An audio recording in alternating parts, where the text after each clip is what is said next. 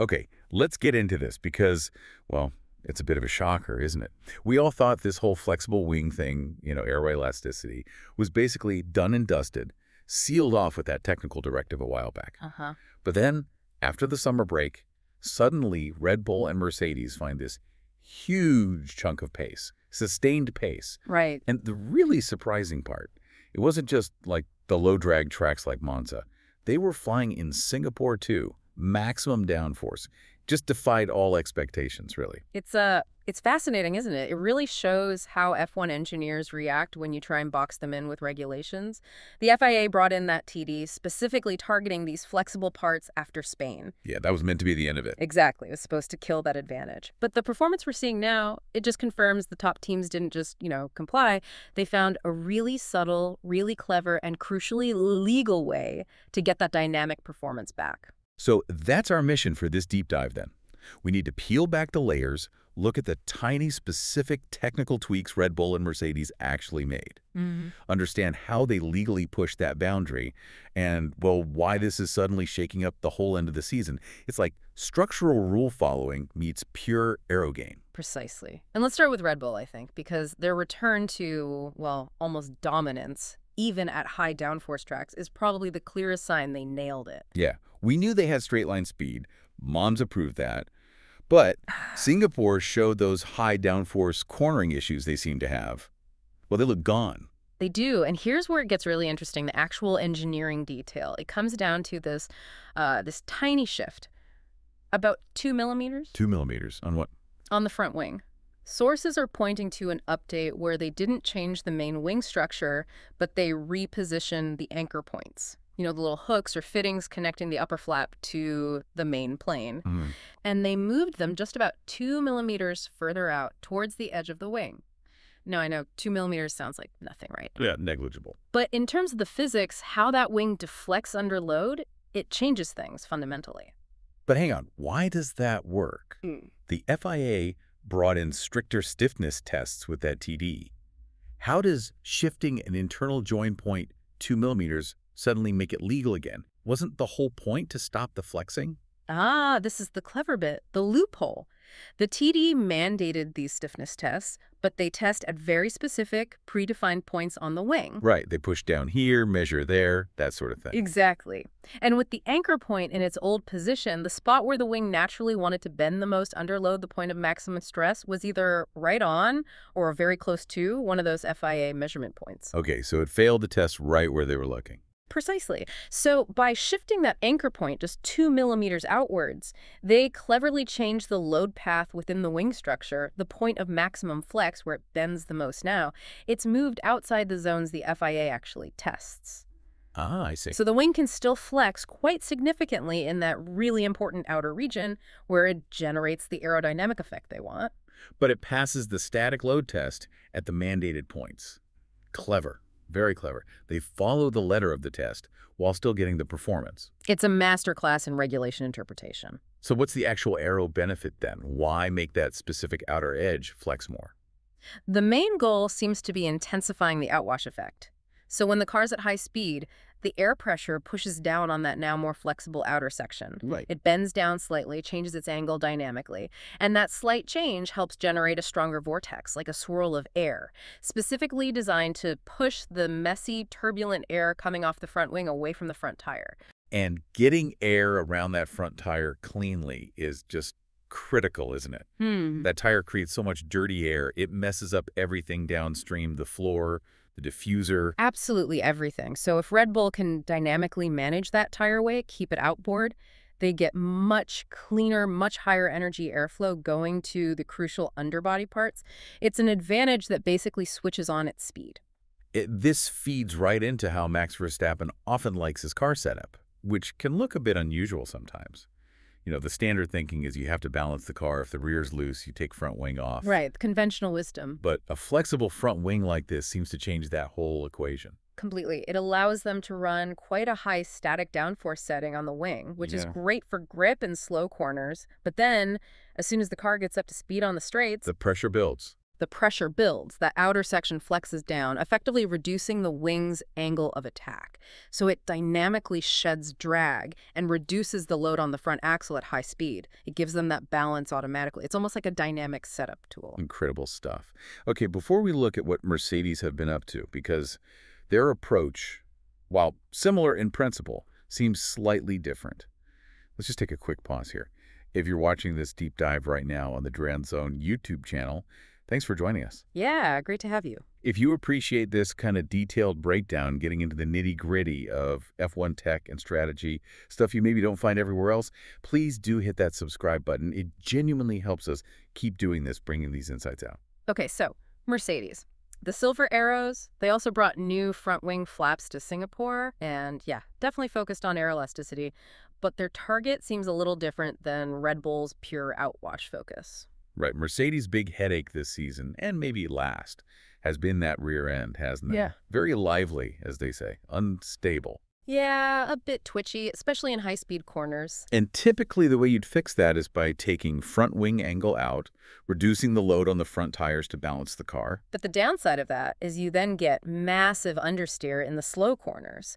You sacrifice low-speed grip for high-speed stability. It's a compromise they've really struggled with. So how does their new flexible wing help with that specific problem? Well, it looks like it's designed for pure dynamic balancing. Think of it as adaptive aerodynamics on the straights or through really high-speed corners where the air pressure is highest. Loads build up. Loads build up, and the wing is designed to flex downwards. Lower effective angle, less drag, less load on the front axle. It gives them that stability they need to calm the rear end down at speed. Okay, so dynamically creates the softer front end they need in fast corners. Exactly. But then, and this is the crucial part, as soon as the driver hits the brakes or turns into a slower corner, the air pressure instantly drops. And the wing. The wing snaps back up to its original higher angle of incidence, instantly. Giving them back all the front downforce and grip they need, precisely when they need it most, for turn in and through the slow stuff. It's like having two setups in one lap. It really is the definition of dynamic balancing. They get the unloaded front they need for high-speed stability, stopping that rear from stepping out, but then they instantly regain full front downforce for the slow corners where grip is absolutely king. It potentially solves that chronic understeer issue without compromising the high-speed balance. Which brings us neatly to the whole development race, doesn't it? Because both Red Bull and Mercedes are clearly pouring serious time, money, resources into developing this year's car. Right now, yeah. And that's a massive strategic decision, especially with the huge 2026 regulation changes looming on the horizon. It's the big question, isn't it? The paradox of this cost cap era. You're spending resources now for potentially short-term gain this season, which you'd think must take away engineering time, wind tunnel time from the completely new 2026 car concepts. And you contrast that with McLaren.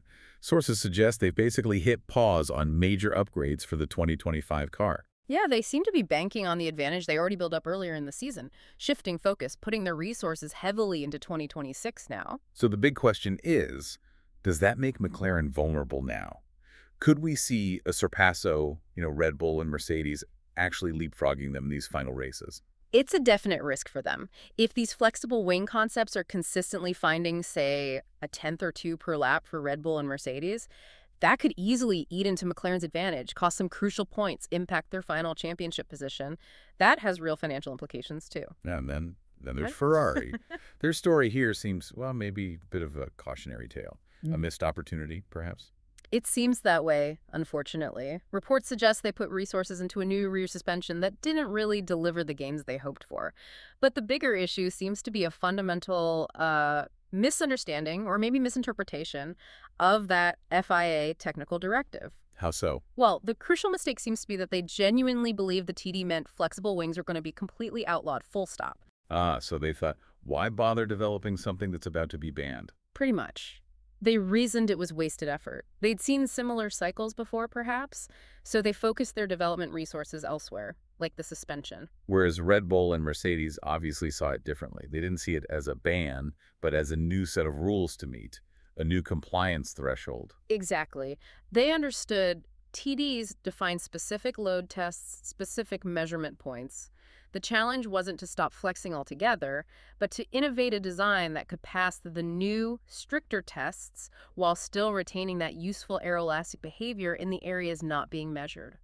So Ferrari basically bet on the wrong interpretation of the rules, while the others focused on engineering a compliant solution. It looks that way. Red Bull and Mercedes dedicated R&D to passing the new flex tests, proving that continued work in this complex area wasn't wasted at all. It was actually essential to exploit the margins left by the regulation. Which brings us to the really big picture, connecting this end-of-season scrap to the future, to 2026. You hear talk, like from Red Bull's Aero guys, saying, yeah, we're using 2025 resources, but we're learning things, getting data for future tools. Yeah, which can sound a bit like standard team talk, managing expectations. Right.